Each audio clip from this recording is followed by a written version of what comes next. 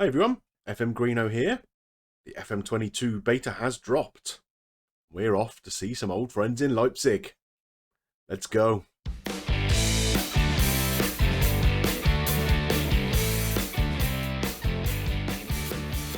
So, here we are in Leipzig. Now, what I will say before we start, I'm going to play the game exactly as it comes. We're not adding in any graphics packs or badges, any of that sort of stuff at this point. Just as it comes out of the box, effectively. So what Leipzig all about? About 47,000-seater stadium. Not the biggest in Germany, but certainly adequate.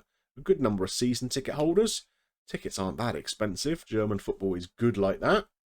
If we take a look at what the club are looking for from me, they want to play a high-tempo pressing game. Well, it's already been speculated that that's going to be a bit nerfed for FM22 compared to FM21, so that could be a challenge. They want to play attacking football. Don't sign players over the age of 28, but do sign players under the age of 21 for the first team. That is kind of the Leipzig model, in fairness. They like to bring in lesser-known players, shall we say, and sell them on for a fairly hefty profit. You can look at the likes of Timo Werner, Naby Keita, for example. Those are examples of those kind of players they like to develop.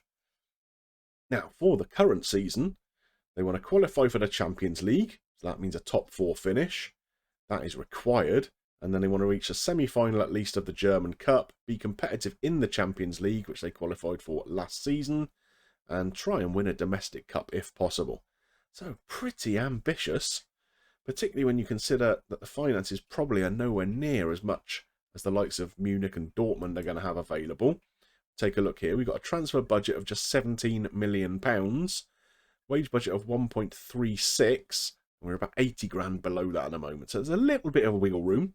We'll be able to move some people in and out. Be interesting to see how the scouting and transfer setup is for FM22 compared to 21. Help us with some of those objectives. Yeah, I'm excited to be here. One thing we do need to go and look at is the tactics and the squad a little bit. See one of the reasons why we're here, and see if we can set up with this new wide centre-back role. So you can see here, I've set up 3 different tactics, one of which does use that wide centre-back role, but only on one side. So if you look at this 5-3-2 that I've set up, we have Szoboszlai, beautiful Dominic Szoboszlai. Everyone knows my obsession with him. He's going to play as an inverted winger on this left side. We have Angelino here, who's going to play as an attacking wing-back. That's going to leave a hole in this left-back position a lot of the time.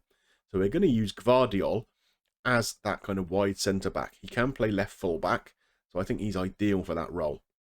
On the right-hand side, it's a bit more structured. Nkunu is going to play as an orthodox winger on this side, and Mukiele is going to play as a kind of more defensive wing-back, so he's not going to be bombing on as much as Angelino is. So we don't need the centre-back on this side to cover that right-back position quite as much, so he's going to play a more orthodox ball-playing role. That is one tactic. The other 2 I'm going to use are variations of the 4-3-3 that I favoured in FM21 and see how they stack up in 22. Again, on the left-hand side, we're using that inverted winger.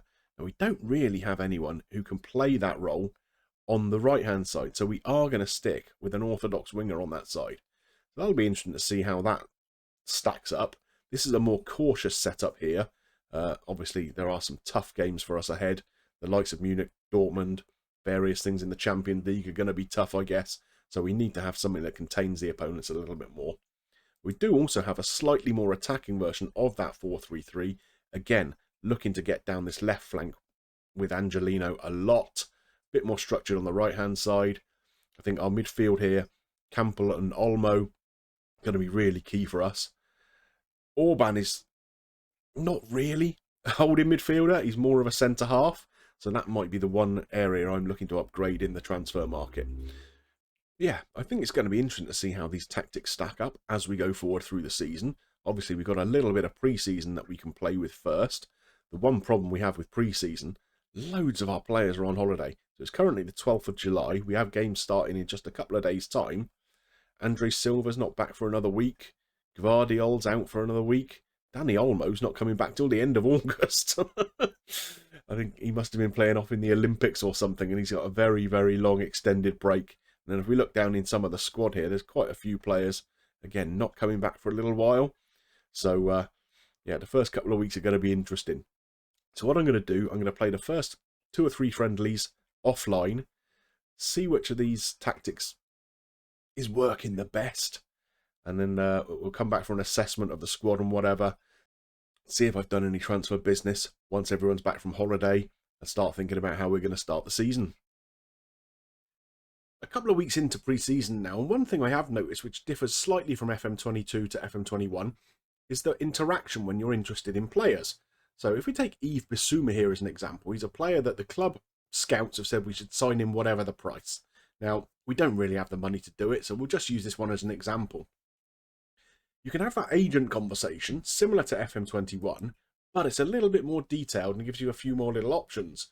So right from the outset, rather than just saying to the agent, we're interested, what's the situation, you get to put in levels of interest.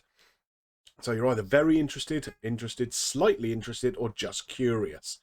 So I'm probably going to say that we're slightly interested in Bissouma here. We don't want to go in sort of too gung-ho.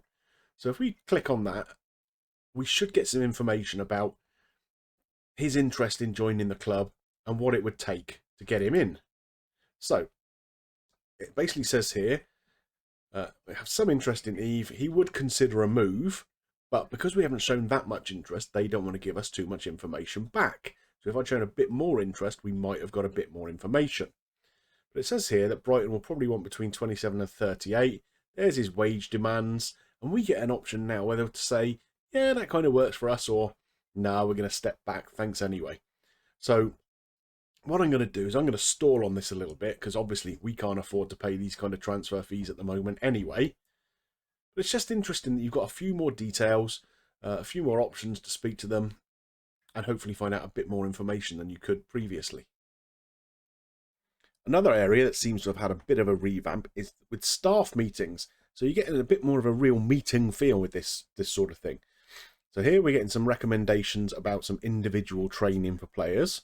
I'm happy to accept all those suggestions for now. It says Emil Forsberg should be taking penalties, so we can add him as a taker. This is all stuff that was available in the last game, but they've put it together into a much nicer package here, I think. Some player trait training. Okay, well, we'll take those suggestions for now. Obviously, if we were doing a longer term save here, we'd put a bit more thought and effort into this ourselves, perhaps. They're saying that Nkunku should be taking some free kicks. So that one is something we have to schedule after the meeting if we want to, or we can just move on. I've set our free kick takers up, so I'm pretty happy with that. So we've got adding this fitness coach to handle strength coaching. Okay, well, that's no problem. And someone is not very happy with the training. Nordi Mukiele just says he's content, so I don't think there's too much to worry about there. We'll just move on. But as you can see, this has all been packaged together a lot nicer than it has in the FM21 version. I know most of you are always on the lookout for a decent value wonderkid, and I think I found one here. Unfortunately, we got pipped to him by Chelsea, though. 21-year-old Julian Alvarez from River over in Argentina. They accepted a bid somewhere around about £4 million for him, and he's easily good enough to slot straight into our first team, to be honest. So if you're a kind of mid-table Premier League team, that kind of level, top 6 German, French, Spanish team, I think it'd be a really good value signing for anyone. And so we've now reached the first game of the season. We're away to Mainz. I've made one signing. We've brought in Guijo at the back from, I think, Spartak Moscow? Yeah, Spartak. Paid £5 million for him. I think that's a really good price for a player of his quality. I've also brought in one other player as a backup on a free. Mongala here, you might remember him from his Man City days. Very, very cheap. That's the main reason I brought him in. Less than 10 grand a week. Not expecting him to play a great deal, but a very, very good backup option to have. So we're going to start with this 5-2-3 formation.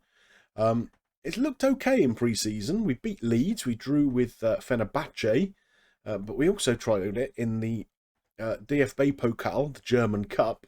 We were away against third division team, Mannheim. And we lost 1-0. So the jury is still out, it has to be said. In fairness, we did dominate that game. We had 15 shots on target. No, 15 shots in total to their 3.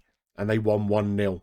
So it was a bit of an FMing, but yeah, that's often an indication that something's not quite right in itself, isn't it? So we'll see how it goes. Anyway, Guijo comes in to start today. Simakan is going to drop to the bench. So our starting lineup is Gulacsi in goal, Gvardiol, Orban and Guijo.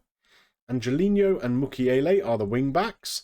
Mariba starts in midfield. You'll remember him from the Greeno tour. We had him at Köln and at Roma. He's playing because, of course, Dani Olmo is still on holiday. Campbell alongside him in midfield. Then Szoboszlai, Nkunku, and Silva up front. So wish me luck as we head over to Mainz. So there's the Mainz lineup. The graphic there looks a little sharper than it did in 21, it has to be said. I like the look of that. Pretty full stadium here in Mainz. Nothing in the corners there. If I remember rightly, having been to Mainz, the ground is not entirely dissimilar to that. You can kind of peer in from all round the various places around the ground. I don't think I've got burger vans in the corner, but anyway, let's see how this formation gets on. So it looks like we're matching up against something relatively similar. Mainz are also playing with a 3 at the back.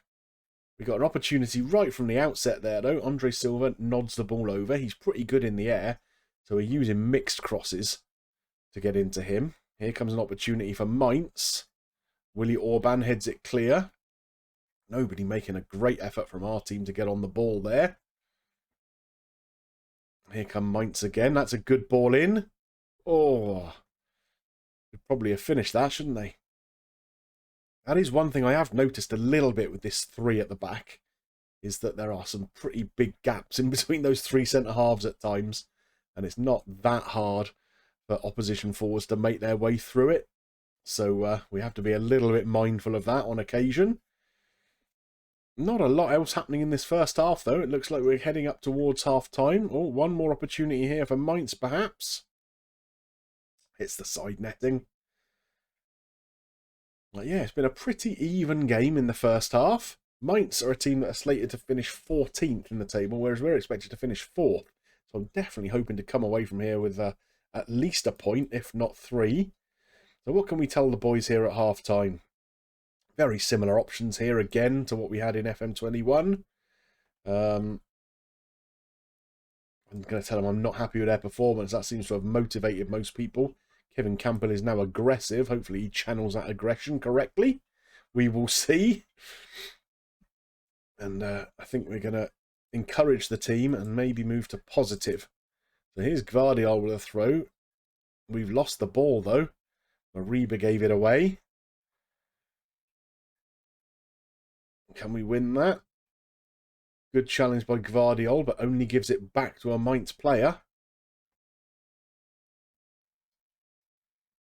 Here they come down the right, but Angelino's won the ball, and here comes Big Dom. What can he do? Oh, he's been fouled by Vidma, who's already on a yellow card.